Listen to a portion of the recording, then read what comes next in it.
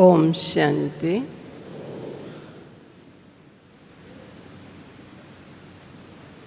जैसा कि अभी आप विषय सुन रहे थे, योग की गहराई और योग का प्रयोग, लेकिन मैं तो आप सबको कोई गहरा योग सुनाने के लिए या कराने के लिए नहीं बैठी। मैं योग को अति सहज योग, सरल योग, जिसे अगर योग शब्द ना भी कहो तो जैसे कि बाबा हमको रिमाइंड कराते हैं कि बच्चे इसे याद कहो। जो बात भूल गए थे, विस्मृत हो चुके थे, उसको मैं याद कराने आया हूँ। और अगर तुम याद रखते हो कि मैं कौन और मेरा बाबा कौन, तो यही तुम्हारा योग है। भूली हुई बात को याद कराना और हमें उसे याद कर लेना और उसकी याद में ही रहना, जो याद कराया, इसी का नाम सहज राजयोग है। अब आज हम सब वो बाबा के बच्चे बैठे हैं, चाहे कोई यहाँ शायद कुछ समय से चलने वाले भी आ गए हों, पुराने नए मिक्स भी हो सकते हैं, लेकिन हम सब ने अपने भक्ति काल में भक्ति अवश्य की होगी। अगर इस जन्म में नहीं की है तो इससे पूर्व जन्म में जरूर की है, क्योंकि भक्तों को ही भक्ति का फल ज्ञान प्राप्त होता है। अब भक्ति में हम भगवान से मिलने के लिए बहुत उत्सुक रहे, बहुत इच्छुक रहे कि जिस भगवान की इतनी महिमा है कि धरती को कागज़ बना दो, सागर को स्याही बना दो, जंगल को कलम बना दो, तब भी उस प्रभु की महिमा लिखी ना जाए। इतना महिमावान वो सर्वशक्तिवान पिता परमात्मा, उनसे हमारा मिलन हो जाए। कम से कम मिलन से थोड़ी झलक उनकी महानताओं की, उनकी विशेषताओं की, उनकी इतनी अथाह प्राप्तियों की थोड़ी झलक तो हम प्राप्त कर सके। लेकिन भक्ति काल में एक तरफ हम मिलने की कोशिश करते रहे और दूसरी तरफ ये भी मन में आ जाता था कि बड़े बड़े ऋषि मुनि हुए, तपस्वी हुए, उन्होंने यही कहा कि भगवान नेति नेति है। इतने बड़े महान विद्वान ऋषि मुनि नहीं जिस भगवान से मिल सके, उस परमात्मा से हम साधारण मानव कैसे मिल सकेंगे। इसलिए हमने स्वयं को ये कहकर दूरी बनाए रखी कि हे प्रभु, आप तो बख्शनहार हो,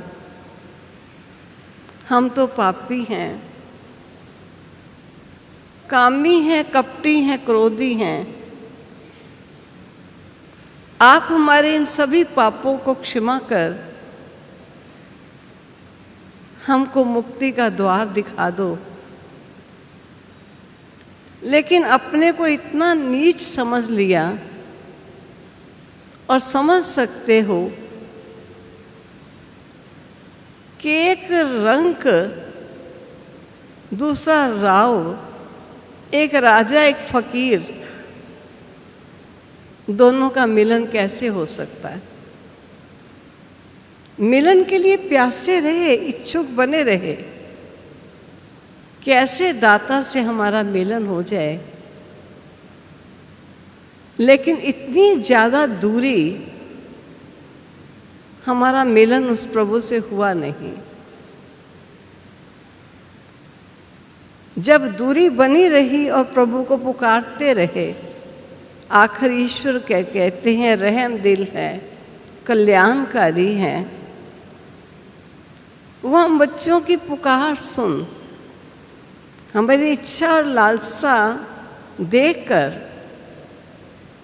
वो स्वयं इस धरा पर साकार हुए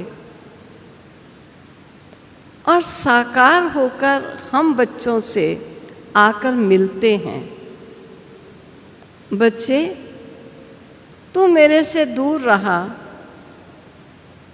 लेकिन मैं तेरे से आकर मिलता हूँ। अब वो हमसे कैसे आकर मिले, उन्होंने हमें बता दिया कि जैसा तेरा स्वरूप है, दिव्य ज्योति बिंदु रूप है, ऐसे मैं भी दिव्य ज्योति बिंदु स्वरूप हूँ। तेरे और मेरे रूप में कोई दूरी नहीं है। जैसे तू ज्ञान स्वरूप, आनंद स्वरूप, प्रेम स्वरूप, शक्ति स्वरूप है, ऐसे मैं परम पिता परमात्मा ज्ञान, गुण, शक्ति, आनंद, इन सब का सागर हूँ। इसलिए तेरे गुण और मेरे गुण दोनों समान हैं। तो अपने आप को इतना नीच और पापी कहकर मेरे से बहुत दूर चला गया। मैं तेरे से आकर मिलता हूँ कि वो गुण जो मेरे हैं वो तेरे भी हैं, और ये जो संसार जहाँ तू रहता है ये भी तेरा धाम नहीं है। तो यही कहता चला गया कि दुनिया रहन बसेरा है, न तेरा है न मेरा है। ये रहन बसेरा है, एक टेम्पोररी स्थान है जहाँ पर तो आया है अपना खेल अदा करने के लिए। लेकिन तेरा धाम और मेरा धाम, दोनों के धाम एक ही हैं, और वो पांचों तत्वों से परे छठे ज्योतिमय तत्व में मैं निवास करता हूँ, और तू भी मेरे धाम का ही वासी है, तू भी वहीं वास करने वाला है।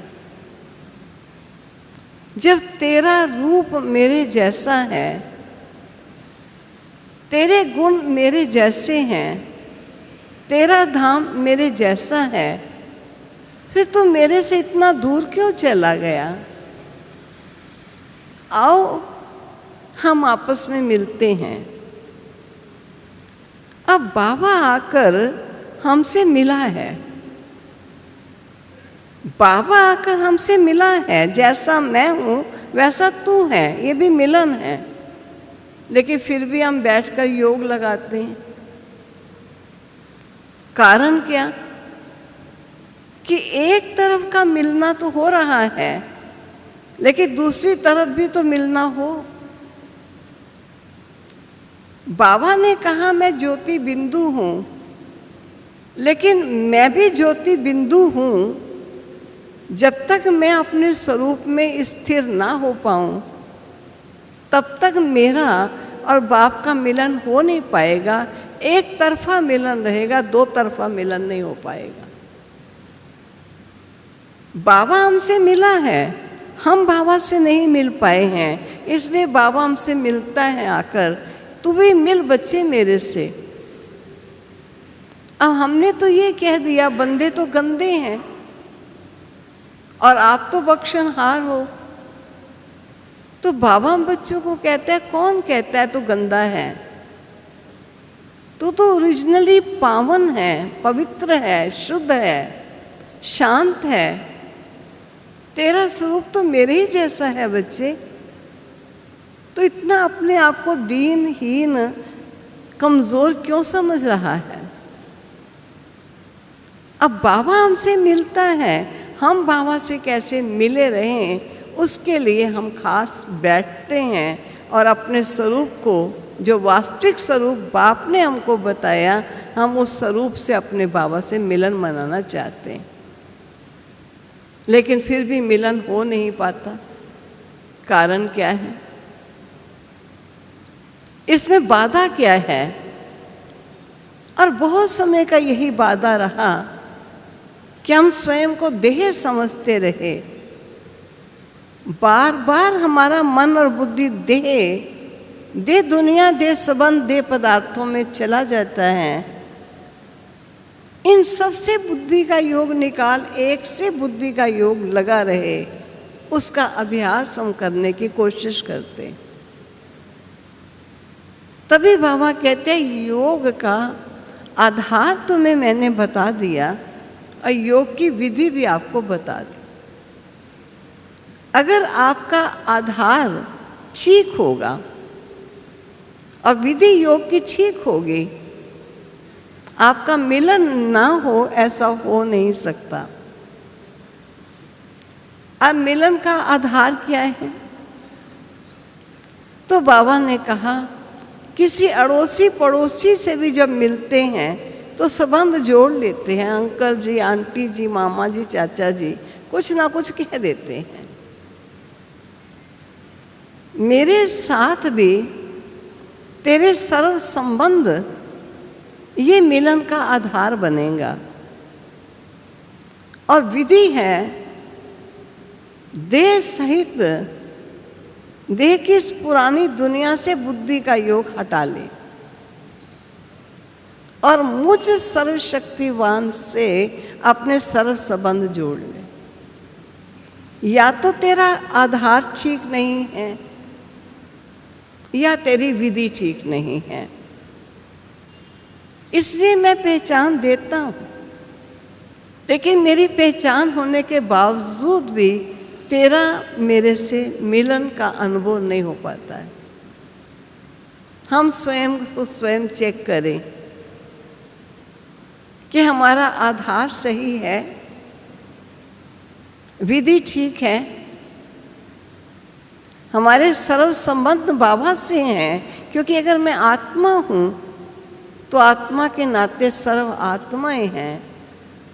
कोई मामा, चाचा, काका, माता, पिता नहीं है, सब आत्माएं हैं और क्रिएटर की क्रिएशन है।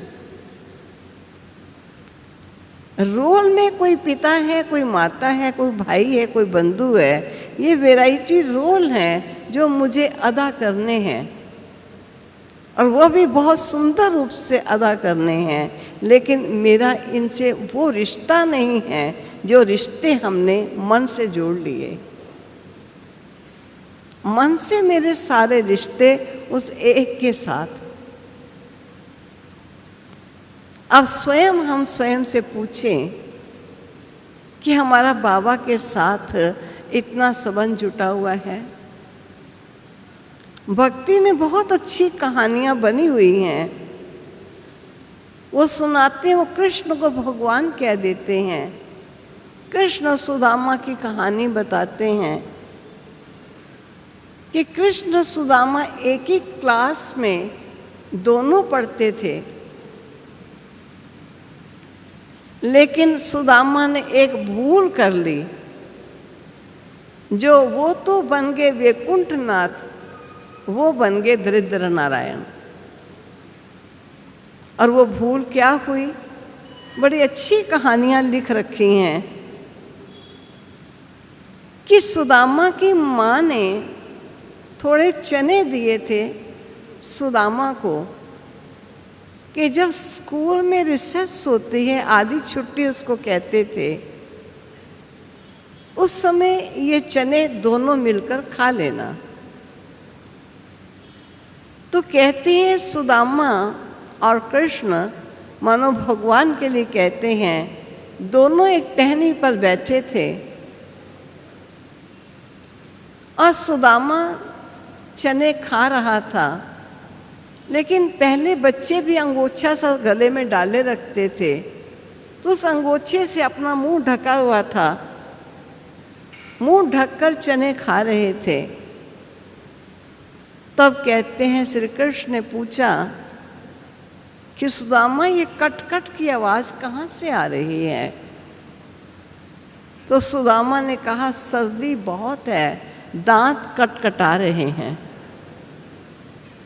ये छोटा सा झूठ सुदामा ने बोला इतने से चने खाने पर। इस एक झूठ के कारण वो वैकुंठनाथ कहला गया और वो दरिद्र नारायण बन गया।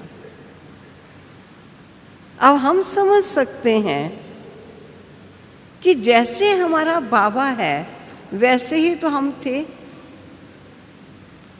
जो उनका धाम था वही मेरा धाम था, जो बाबा के गुण थे वही मेरे गुण थे, जो ईश्वर के कर्तव्य थे वही मेरे कर्तव्य थे। लेकिन हमने छोटा सा एक झूठ बोल दिया कि मैं देह हूँ और वो विदेही रहा, मैं देह में आ गया। मेरी और उसकी कितनी दूरी बन गई। और आज बाबा आकर हम बच्चों से मिलता है। कहते भी हैं कि सुदामा अपनी इस दूरी को दूर करने के लिए, गरीबी को दूर करने के लिए फिर भी उनके द्वार गया, लेकिन वो उन्हें गले लगाते हैं, वो संकोचवश दूर हटता है। ब्राह्मण होने के नाते वो उनके चरण धोते हैं, वो चरणों को उनसे छुड़वाता है, वो उनका सत्कार करते हैं, वो सत्कार को ग्रहण नहीं कर पाता है। ठीक आज अगर आप और हम देखें तो बाबा जब हमको कहते हैं कि बच्चे तू तो मेरी महिमा करता रहा, मेरी पूजा तो केवल निराकार स्वरूप में होती है, तेरी पूजा तो डबल होती है, साकार में भी होती है, निराकार में भी होती है, तू तो मेरे से भी आगे है। तू मेरे गुणों का वर्णन करता है, लेकिन तू तो विश्व का मालिक, परम धाम का भी मालिक, ब्रह्मांड का भी मालिक और विश्व का भी मालिक, तू तो डबल मालिक बना, मैं तो सिंगल मालिक हूँ, इसलिए तू तो मेरे से भी आगे है। हम स्वीकार नहीं कर पाते हैं क्योंकि हम बिल्कुल देहाभिमान में आकर के अपने गुण और शक्तियाँ खो चुके। बाबा हमें हमारी स्मृति दिलाते हैं, तुम इन कर्म इंद्रियों के जीत हो, तुमने माया जीते जगत जीत बनकर दिखाया था। मैं तो इन कर्म इंद्रियों से ही रहित हूँ, मैं तो कर्म इंद्रियों पर जीत नहीं पाता, तू तो इन पर जीत पाता है। मैं तो कर्म इंद्रियों का गुलाम ही नहीं बनता और जीतता भी नहीं, मैं तो इनसे न्यारा हूँ। बच्चे तो बहुत शक्तिशाली है। आज बाबा हमको ऐसा कहे, हम अपने आप से पूछें कि हम बाबा की ये महिमा को स्वीकार करते हैं। आज किसी मनुष्य को उसकी तमन्ना, छोटी सी इच्छा भी अगर कोई पूरी हो जाए कितना खुश होता है। और हम जिस भगवान को मिलने की आशा बनाए हुए थे आधा कल्प भक्ति काल में, वो भगवान जब हमसे मिलता है आकर, क्या हमें ये खुशी हुई है? साकार बाबा कहते थे, पाना था सो पा लिया, अब काम क्या बाकी रहा। अरे बच्चे, वो शहंशाहों का शहंशाह बनाने वाला जब मुझे मिल गया, अब मुझे किस चीज़ की इच्छा रही? ये हीरे नहीं, ये तो कोयलों का व्यापार है। अब सच्चे हीरों का व्यापार तो अब मुझे पता चला है, ये कौन सा व्यापार? ईश्वर को प्राप्त कर, उनके ज्ञान को प्राप्त कर, उनके जो नशा चढ़ा, जो खुशी आई। आज हम अपने आप से पूछें कि सचमुच इतना नशा, इतनी खुशी उस सच्चे दाता को प्राप्त करने पर हमें मिली है? हमने ये एहसास हुआ है कि बाबा मेरे से आकर मिला है। हाँ, कहते भी हैं कि दुनियावी रूप में बोलते हैं दूरिये मकाम, किसी की भाषा, मकान किसी का दूर एक दो से हो जाता है तो कई बार दूरी पड़ जाती। दूरी है ज़बान, कभी कभी हम इकट्ठे हैं लेकिन किसी की भाषा जर्मन है, किसी की जैपनीज़ है, किसी की कोई भाषा है और हमारे वो भाषा दूसरी है, तो आपस में इकट्ठे होते भी हम दूर हैं। लेकिन आत्मा की भाषा और परमात्मा की भाषा तो एक ही है, वो साइलेंस। एक ही भाषा है हमारी और उसकी। दूरी तो भाषा के कारण भी हो जाती है, दूरी विचारों के कारण भी हो जाती है। हमारे विचार है प्रभु मिलन मनाने के, उनके विचार है बच्चों से मिलने के। हमारे विचार भी तो एक ही हैं। क्यों हमारी दूरी है? कभी अपने आप से पूछे तो सही। लेकिन बाबा ने हमको बताया एक दूरी बन गई अभी मिलन की, जिसको कहते दूरी बवाल। कुछ ऐसे संस्कार, कुछ ऐसे स्वभाव जो हमने बना लिए हैं, और वो संस्कार और स्वभाव बार बार समझते हुए भी कि हम आत्मा हैं, पुनः पुनः हमारा मन और बुद्धि देह में ले आते हैं। मालूम है ये सब देह के संबंध हैं, फिर भी संबंधों के भान में चले जाते हैं। मालूम है ये नाशवान प्राप्तियां हैं, फिर भी नश्वर प्राप्तियों के अभिमान में आ जाते हैं, क्योंकि हमारे देह के अभिमान के बने हुए संस्कार जो हमको ईश्वर से दूर करते हैं। इसलिए बाबा कहता है बार बार तुम्हें मुझे याद करना है। मेरी योगा अग्नि से, मेरे याद के बल से तेरे संस्कारों में परिवर्तन आ जाएगा। तेरे बने हुए पुराने कर्मों के हिसाब किताब जो तुझे पकड़े रखते हैं, बोझिल करते हैं, ये तेरा बोझ समाप्त हो जाएगा। तो मुझे बार बार याद कर कि तू कौन है और मैं कौन हूँ, तू कहाँ का है और मैं कहाँ का हूँ, तेरे गुण कौन से हैं और मेरे गुण कौन से हैं। बच्चे, हम दोनों तो मिले हुए हैं, हम दोनों अलग नहीं हैं। तो क्यों मेरे से अपने को अलग समझ लेता है? अब हम अपने आप से पूछते हैं, और बाबा हमको कितना सुंदर सुनाता है। कहते भी हैं कि मनुष्य कोई भी बात जब करता है तो उसमें चित्र की भाषा होती है। उसे क्रोध आता है तब भी उसके सामने कोई चित्र आ जाता है, लोभ आता है तब भी उसके सामने कोई चित्र आता है, विकारों को जीतता है तब भी उसके सामने कोई चित्र आता है। तभी कहा गया जैसा चित्र होगा वैसा चरित्र होगा। चरित्र का बहुत बड़ा प्रभाव है। एक छोटा बच्चा भी भाषा पीछे सीखता है, लेकिन पहले वो चित्र देखता है। मम्मी या पापा कहना पीछे सीखता है, पहले उनका चित्र देखता है, देखकर धीरे धीरे पहचानने लगता है कि ये मम्मी और ये पापा हैं। फिर शब्द सीखता हुआ वो उसे मम्मी और उसे पापा कहता है।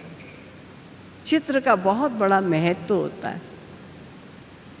बाबा भी हमको बहुत सी बातें चित्र की भाषा में सिखाता है, जिसका मैंने कई बार अपना एक अनुभव सुनाया हुआ है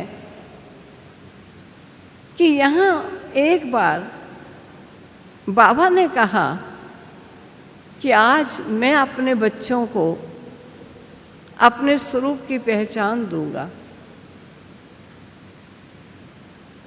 तो सारे बच्चे आश्चर्यचकित होकर बैठ गए कि 14 वर्ष तक सिंध, हैदराबाद, कराची में बैठी रही, सेवा केंद्र खुलने शुरू हो गए, तब भी योग तपस्या चलती रही, और आज बाबा कहते हैं मैं अपने बच्चों को अपने स्वरूप की पहचान दूंगा। ये कौन से स्वरूप की आज हमें पहचान मिलेगी? तब बाबा ने कहा लच्छू बच्ची जाओ, बाबा के ऑफिस से एक प्लेन पेपर और एक पेंसिल, नोकीली पेंसिल लेकर आना, जो बिल्कुल घड़ी हुई हो, आगे से बहुत नोक निकली हुई हो। वो भी इस बात को एक नया दृश्य समझकर भागती हुई गई और जल्दी से जल्दी कागज़ और वो पेंसिल लेकर आ गई। तब बाबा ने कहा, आज बाप अपने बच्चों को अपने स्वरूप की पहचान देता है। ये बाबा ने स्वयं स्वयं के स्वरूप की पहचान दी, लेकिन मैं बताना चाहूंगी कि चित्र की भाषा में दी। बाबा ने कागज को ऐसे पकड़ा और पकड़कर पेंसिल ली और सब बच्चों के सामने, बच्चे ऐसे सामने बैठे थे सब, और बाबा ऐसे कर रहा है। पता नहीं पेंसिल लगी कि नहीं लगी, लेकिन बाबा ने ऐसे कर लिया और फिर कहा, बच्चे देखते हो बाबा का स्वरूप क्या है? बच्चों ने कहा, ये तो कुछ नहीं पता चला। बाबा ने कहा, मैं फिर एक बार दिखाता हूं। बाबा ने दूसरी बार पुनः ऐसे कागज को लेकर के और ऐसे पेंसिल लेकर के फिर बाबा ने ऐसे करके कहा, दिखाई दिया? सब चुप होकर बैठे, नहीं दिखाई दिया। बाबा ने कहा, बच्चे, बाप के स्वरूप को इन चरम चक्षु से नहीं देखा जाएगा, ये नाशवान नेत्र हैं। अनश्वर को देखने का दिव्य बुद्धि चाहिए और दिव्य दृष्टि चाहिए। बिना दिव्य बुद्धि और दिव्य दृष्टि के बाप को देखा नहीं जा सकता। मैं सूक्ष्म, अति सूक्ष्म ज्योति बिंदु स्वरूप हूँ। ये बाबा ने अपनी पहचान चित्र बनाकर स्वयं दी। मुझे याद है जगदीश भ्राता जी, जो कि उस समय चित्र भी बनवाते थे और साहित्य भी लिखते थे, मुझे भी उनके साथ रहने का सौभाग्य मिला हुआ है। उन्होंने बाबा से पूछा कि बाबा, ये जो आपने चित्र बनाया, तो जो पहले चित्र ओवल शेप के बने हुए हैं, क्या ये सब चित्र खत्म कर दिए जाएं? क्योंकि प्लास्टिक के ओवल शेप के बने हुए थे, कागज़ पर ओवल शेप बने हुए थे, बड़े बड़े कैलेंडर ओवल शेप के चित्र बने हुए थे, क्या ये ख़त्म कर दिए जाएं?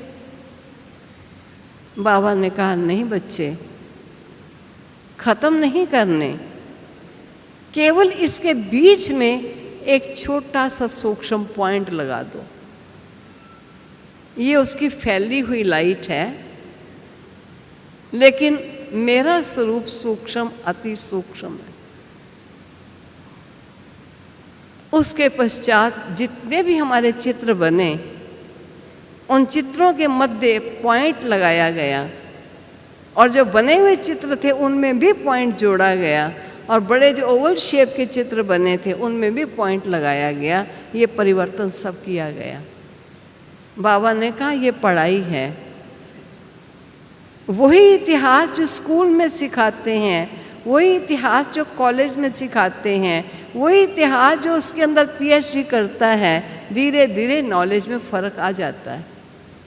ये कहें कि पहले क्यों नहीं बाबा ने बताया, इतने समय के बाद क्यों बताया, जब बच्चों की आज इस तक मनोस्थिति तक आ गई है।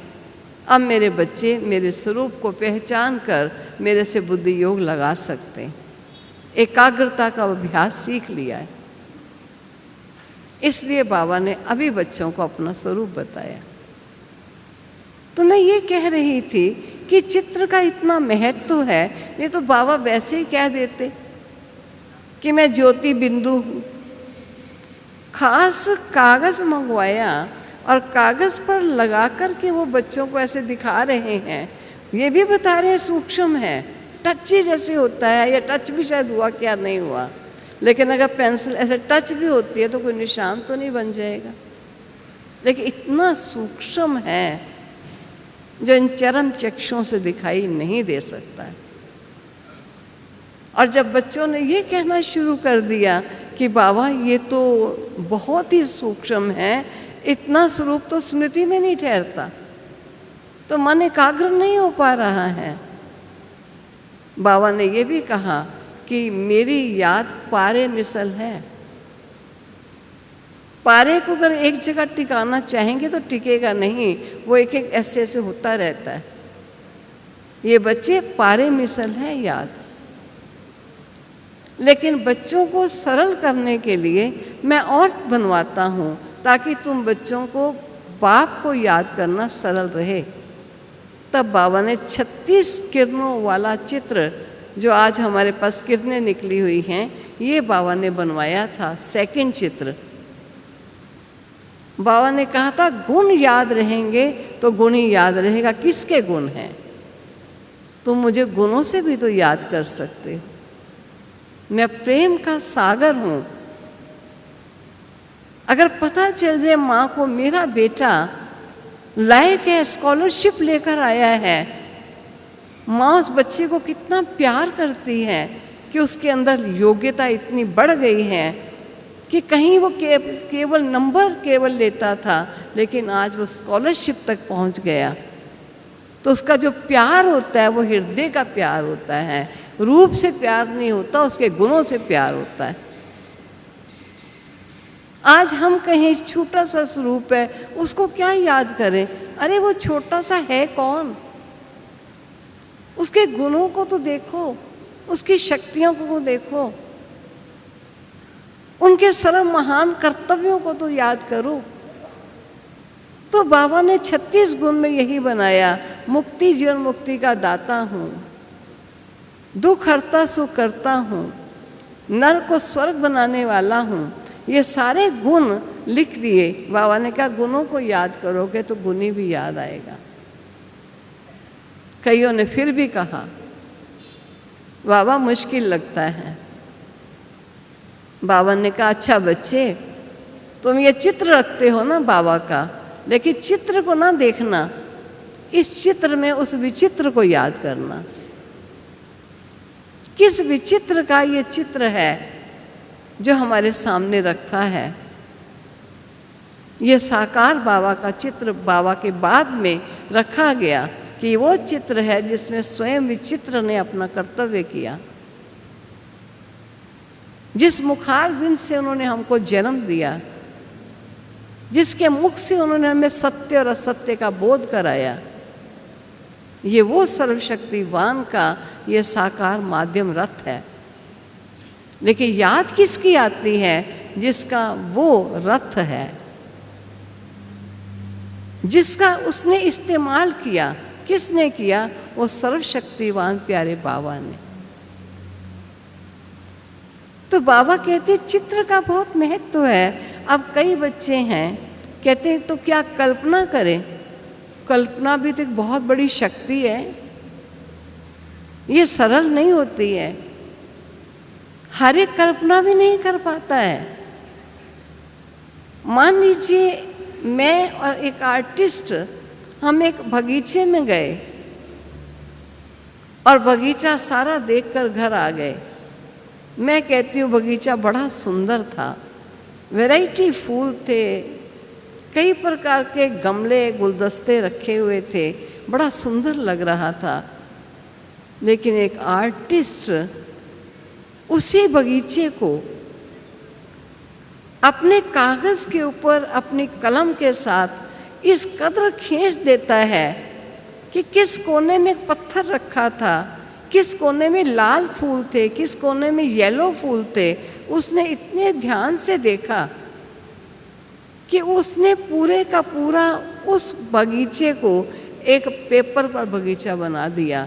मुझे ये तो मालूम ही नहीं, यहाँ पत्थर भी था, यहाँ ये भी था तो सही, लेकिन हर एक की वो शक्ति नहीं होती है कि हर चीज़ को वैसी कल्पना कर सके। लेकिन बाप को देखने के लिए बाबा कहते तीसरी आँख चाहिए, बच्चे विजडम का नेत्र चाहिए।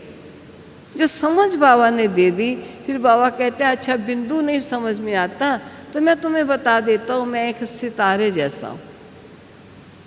मान लीजिए मेरी फोटो आप इतनी सी भी देख सकते हो और 6 फुट बड़ी भी देख सकते हो, लेकिन मैं इतनी हूँ या 6 फुट हूँ तो मैं ना, फोटो तो मेरी है। आप नहीं इतना सूक्ष्म अनुमान लगा सकते हो तो आप थोड़ा स्टार जैसा एक बिंदु रूप अपने सामने ले आइए। स्टार तो नहीं मुश्किल। और बाबा कहते हैं याद रखना, मैं तुझ आत्मा का पिता हूं, मेरा देह से कोई रिश्ता नहीं है। ये तो प्रकृति के जगत में चोला बना है, प्रकृति के जगत में चोला मिल जाएगा, ये अविनाशी नहीं है। लेकिन तेरा और मेरा साथ रिश्ता अविनाशी है। तू मेरा पुत्र था, तू मेरा पुत्र है, तू मेरा पुत्र रहेगा, तेरा कभी नाश नहीं होगा। तू रोल वैरायटी अदा करता है, लेकिन जिस घर से आया था वापिस तुझे पुनः उसी घर में ही आना है। और जैसे रोल प्ले करने आया था फिर से तुझे वही रोल प्ले करने ही आना है। इसलिए बच्चे तो अपने स्वरूप को भी देख, तेरा स्वरूप क्या है। जिसको बाबा कहते हैं अब दर्पण में सामने देखते हैं, भी कंघी करनी है, कुछ मुंह ठीक करना है तो देख के ठीक करते हैं ना। बाबा कहते हैं ऐसे ज्ञान समझ के दर्पण में देख, मेरा स्वरूप इतना दिव्य है, इतना चमकता हुआ एक दिव्य सितारा है। मेरा स्वरूप शांत, आनंद, प्रेम, पवित्र, ज्ञान, शक्ति संपन्न मेरा स्वरूप है। इसके लिए दूसरा दर्पण नहीं चाहिए। इस स्थूल शरीर को देखने के लिए स्थूल दर्पण चाहिए, लेकिन सूक्ष्म स्वरूप को देखने के लिए सूक्ष्म दर्पण चाहिए। और वो है ज्ञान का दर्पण, समझ का दर्पण, नॉलेज का दर्पण, जिसके आधार से हम स्वयं को देख पाते हैं। अब कई बार हम देख नहीं पाते, अपने स्वरूप को भी दिखाई नहीं देता। मान लीजिए कोई चीज़ मैं आपको किसी चीज़ पर दिखा रही हूँ और अगर उसका फोकस ठीक नहीं होता है, प्रोजेक्टर पर मैं एक चित्र दिखा रही हूँ, लेकिन अगर प्रोजेक्टर का फोकस ठीक नहीं होगा, चित्र क्लियर नहीं आता, तो कहा जाता है जरा फोकस ठीक करो ताकि चित्र ठीक दिखाई दे। ठीक हमारा भी कभी मन कहाँ होता है, कभी बुद्धि कहाँ होती है। मन कुछ देख रहा है, बुद्धि कुछ देख रही है, ये दोनों काम देखने के करते हैं। बाबा कहते हैं फोकस ठीक रखने के लिए मन और बुद्धि दोनों को अपने स्वरूप में भी एकाग्र करो और दोनों को मेरे स्वरूप में भी एकाग्र करो। देखो अपने स्वरूप को, कितना चमकता है। वो एक सितारा कितना सरल करके बाबा ने बता दिया। आकाश में चमकते हुए सितारे बच्चे देखे हैं ना, तो चमकता हुआ एक चैतन्य दिव्य सितारा है और मैं भी चैतन्य दिव्य सितारा स्वरूप हूँ। तो ऐसा ही मुझे जान ले। लेकिन आदत पड़ी हुई है स्वयं को देह समझने की। कहते भी हैं कि मैन मनुष्य भगवान भी अपने जैसा ही बनाता है। Man creates God in his own image. जैसा उसके मन में आकृति होती है वैसा वो भगवान को भी बना देता है। हमने स्वयं को देह समझा तो हमने श्री राम, श्री कृष्ण, हनुमान, गणेश सब बना दिए। जब हमको पता चलता है मैं कौन हूँ, तो मुझे पता चलता है कि वो मेरा कौन। तत्वों से बनी कोई चीज़ नश्वर है, अनश्वर नहीं हो सकती है, इमॉर्टल नहीं हो सकती है। तो मेरा तो पिता इमॉर्टल है जिसको मुझे याद करना है। मैं तत्वों से बने हुए किसी देह को देख करके कैसे उस पर मन टिकाऊं। इसलिए बाबा कहता है मैंने तुझे आकर अपना स्वरूप भी स्पष्ट कर दिया, तेरे स्वरूप को भी तुझे स्पष्ट करके बता दिया, तेरे धाम का भी तुझे मैंने पहचान दे दी, अपना धाम भी तुझे मैंने बता दिया। तो बच्चे तुझे क्या मुश्किल है, तू मुझे याद करना चाहता है तो इस देह और देह के जगत से तो थोड़ी देर के लिए मन और बुद्धि को हटा, लेकिन मन और बुद्धि हटेगी नहीं, उसको दूसरी जगह लगाने से वो आप पे ही हट जाएगी। एक बच्चे से एक चीज़ हम छुड़वाना चाहते हैं तो उसे भी एक दूसरी चीज़ पकड़ा दी जाए तो वो उस चीज़ में लग जाता है, तो पहले वाली छोड़ने वाली चीज़ को छोड़ देता है। ठीक इसी प्रकार मन और बुद्धि हमारा जाता है देह दुनिया में, देह संबंधों में, देहों में। अब बाबा हम बच्चों को कहते हैं तू एक चैतन्य शक्ति आत्मा है, तो कभी अपने स्वरूप को देख तो सही, कितना उज्जवल, कितना निर्मल, कितना पावन तेरा स्वरूप है।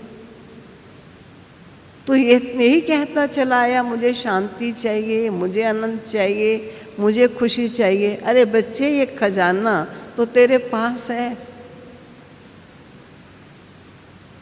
किसी माँ का बच्चा किसी हॉस्टल में दूर स्थल पर पढ़ने जाता है तो माँ देखती है कोई चीज़ें कहीं अचानक ना भी मिल सकें, तो जो उसकी ज़रूरत की चीज़ें कुछ होती हैं वो उसे पैक बना के देती है और कहती है अपने साथ कुछ खाने पीने ये सब चीज़ें रख लो, पता नहीं मार्केट मिले ना मिले, दूर हो, कुछ भी हो, और अगर तुम्हारे को ज़रूरत पड़े तो तुम्हारे पास ये चीज़ें पड़ी रहें।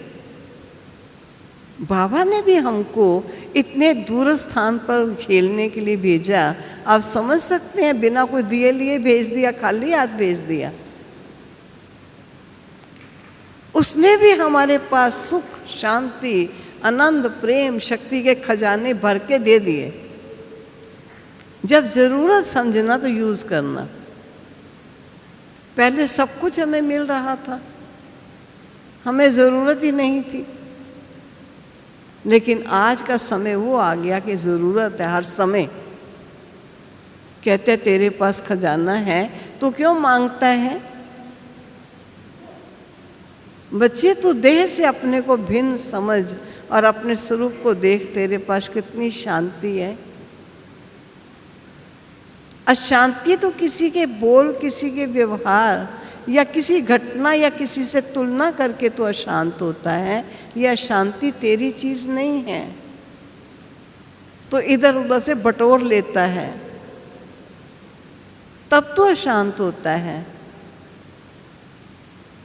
तेरे निज के पास तो शांति है, निज के पास तो प्रेम है, निज के पास शक्ति है, निज के पास आनंद है, निज के पास ज्ञान है। क्या तेरे पास नहीं? हे आत्मा, तेरे पास सब कुछ है। मैंने सब धन दौलत तेरे को भरपूर करके भेजा हुआ है, खाली नहीं तू यहाँ आया। आज तुझे ज़रूरत है तो जरा अपने माल को निकाल, कर इस्तेमाल। क्यों भिखारी बन करके दर दर जाता है? कभी मंदिर में गया, कभी गुरुद्वारे में गया, कभी साधु संतों की शरण में गया, कभी किसी ऐसे स्थान पर गया जहाँ शांति का अनुभूति हो जाए। बाबा कहते हैं तेरे को भटकना इसलिए पड़ा क्योंकि तुझे अपने खजाने की विस्मृति हो गई। मैं तुझे तेरे खजाने की जानकारी देने के लिए आया हूँ। मैं तेरा पिता हूँ, तू मेरा पुत्र है। हे मेरे पुत्र, जैसा तेरा पिता है वैसा ही तू है। तो अगर मेरे से मिलन मनाना चाहता है तो बाबा ने हमको दो बातें कही हुई हैं, जो हूँ, जैसा हूँ और जहाँ हूँ। तो मुझे वहाँ बैठकर याद कर। मैं जो हूँ हमें मालूम है, और ज्योति बिंदु है। जैसा है सर्व गुणों का सिंधु है, और जहाँ है वो ज्योति देश है।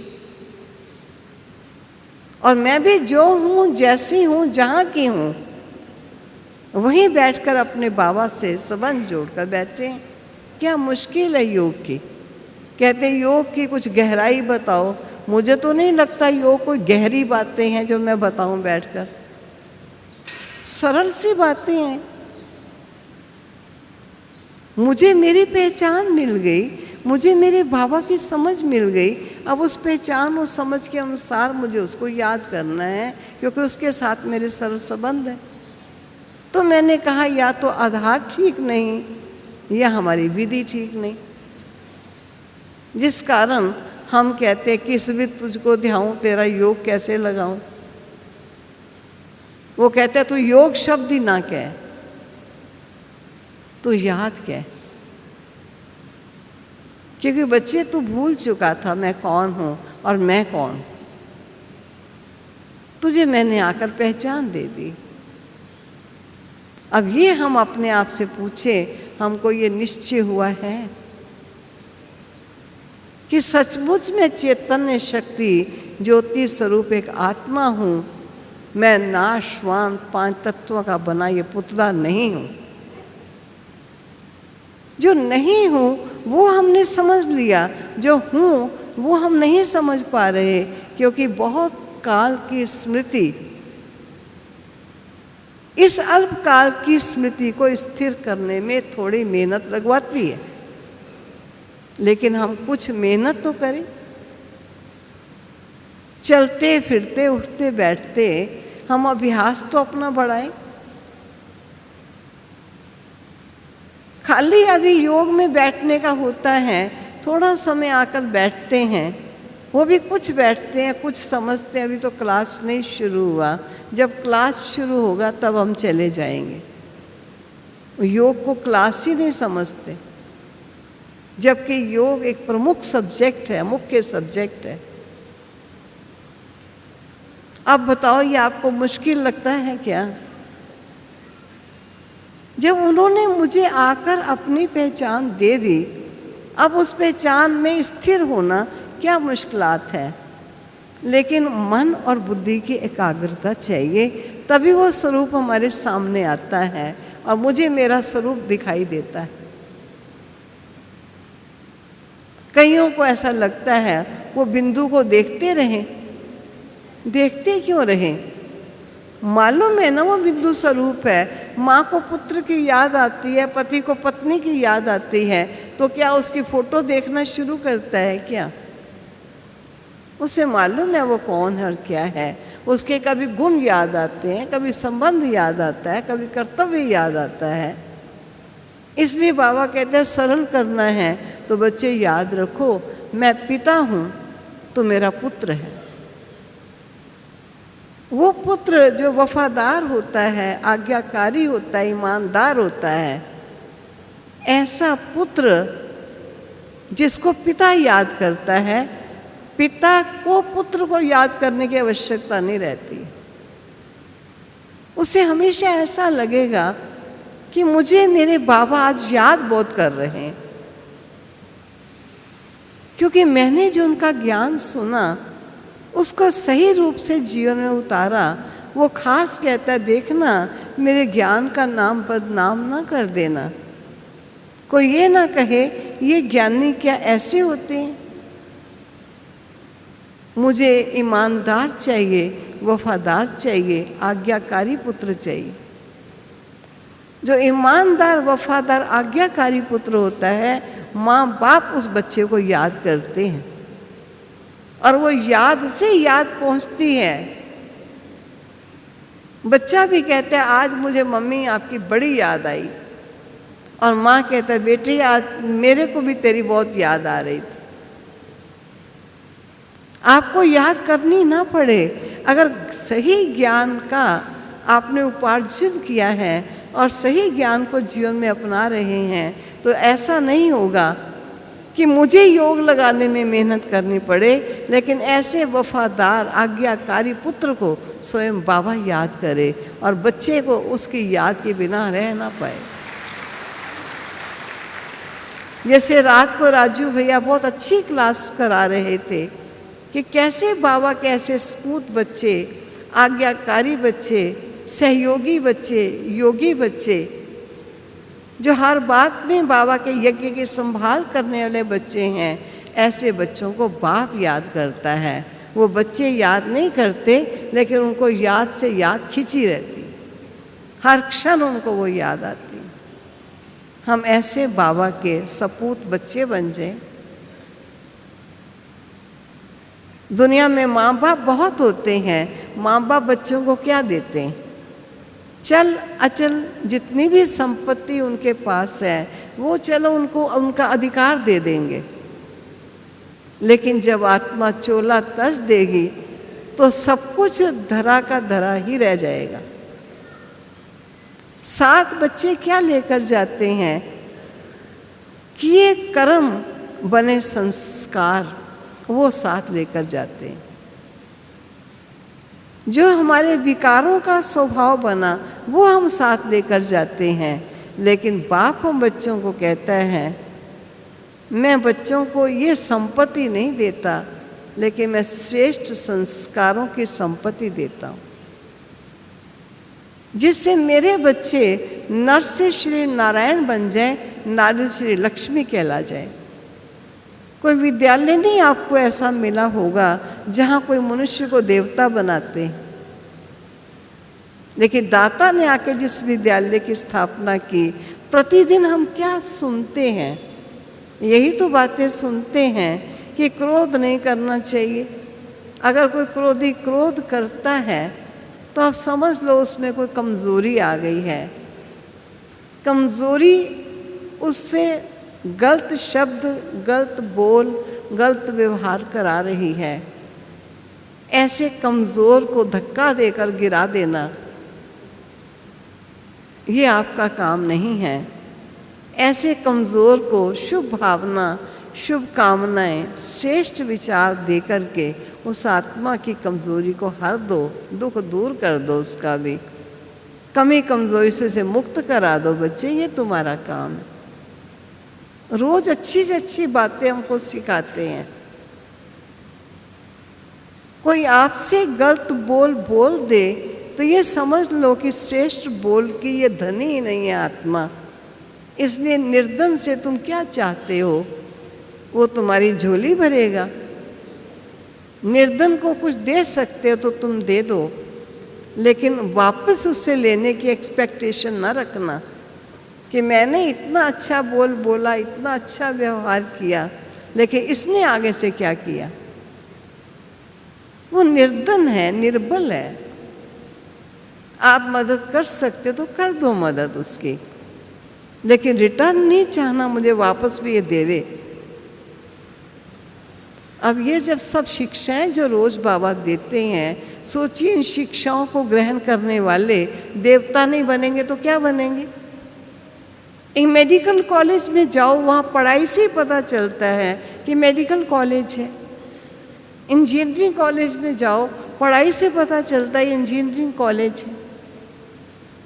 और सर्वशक्तिवान के विद्यालय में आओ तो पता चलता है कि मानुष से देवता बनने का विद्यालय है। यहाँ है ही पवित्रता की बात, है ही गुणों की बातें, है ही श्रेष्ठ से श्रेष्ठ बातें। यही तो बाबा हमको रोज सिखाता है। बच्चे कभी कहता है चक्र चलाओ, कभी कहता है साकाश दो। विश्व की सर्व आत्माओं को मेरे से शक्ति लेकर आप सबको दो, क्योंकि आप दाता के बच्चे, मास्टर दाता हो। ये नहीं कहता किससे डिमांड करो, मेरे से मीठा बोले, मुझे रिस्पेक्ट दें, मुझे मान दें, मुझे शान दें। मांगता नहीं बनना, तो स्वयं रिस्पेक्ट वर्दी बन जा, तो अपने स्वमान में आ जा। हमने अपने मामा बाबा को देखा, वो स्वमान में रहकर सबको सम्मान देते रहे, सबको सम्मान दिया, सबको रिगार्ड दिया, किसी को कभी आंख नहीं दिखाई, कभी गलत शब्द नहीं बोला। तो आज हम उसी माँ बाप के जो साकार में रहे उनके बच्चे हैं, और उस ज्ञान के सागर निराकार दाता उसके बच्चे हैं।